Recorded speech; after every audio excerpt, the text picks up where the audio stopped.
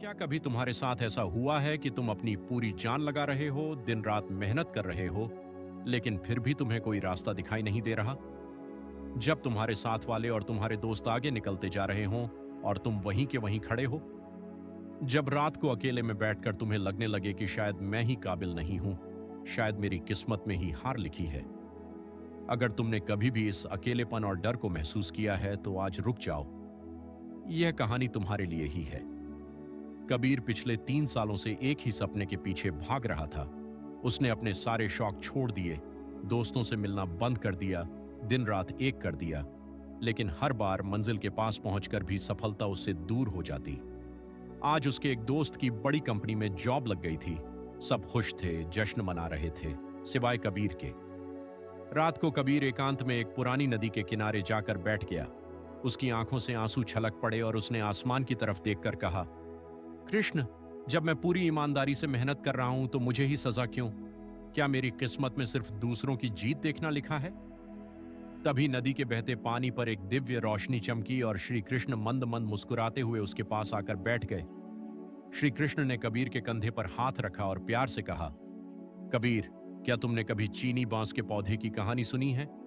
जब कोई किसान बांस का बीज मिट्टी में बोता है तो पहले साल उसे कितना भी पानी दो, कितनी भी खाद दो, मिट्टी से बाहर एक छोटा सा अंकुर भी नहीं निकलता। दूसरा साल बीत जाता है, कुछ नहीं दिखता। तीसरा साल, चौथा साल, पूरे 4 साल तक मिट्टी के ऊपर कुछ भी नजर नहीं आता और दुनिया देखने वाले कहते हैं कि किसान पागल है, उसकी मेहनत बेकार जा रही है। लेकिन जैसे ही 5वां साल आता है, सिर्फ 6 हफ्तों के अंदर वो बांस का पौधा 90 फीट ऊंचा उठ जाता है।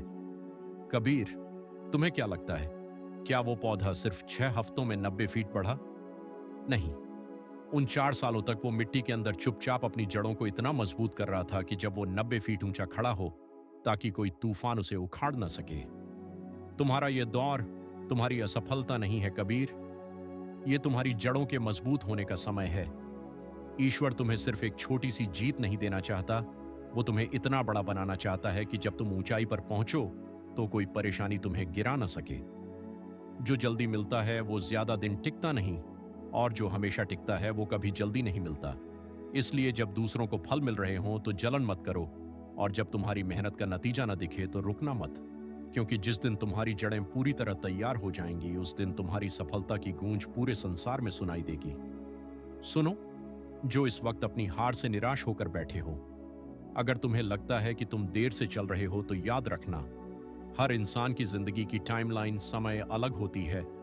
दूसरों की जल्दी में मिली छोटी सफलता को देखकर खुद को कम मत समझो। जब बड़ा काम करना होता है तो तैयारी में वक्त लगता ही है। तुम हारने के लिए पैदा नहीं हुए हो। मैं हमेशा तुम्हारे साथ हूं, बस तुम चलते रहो, रुकना मत। राधे राधे।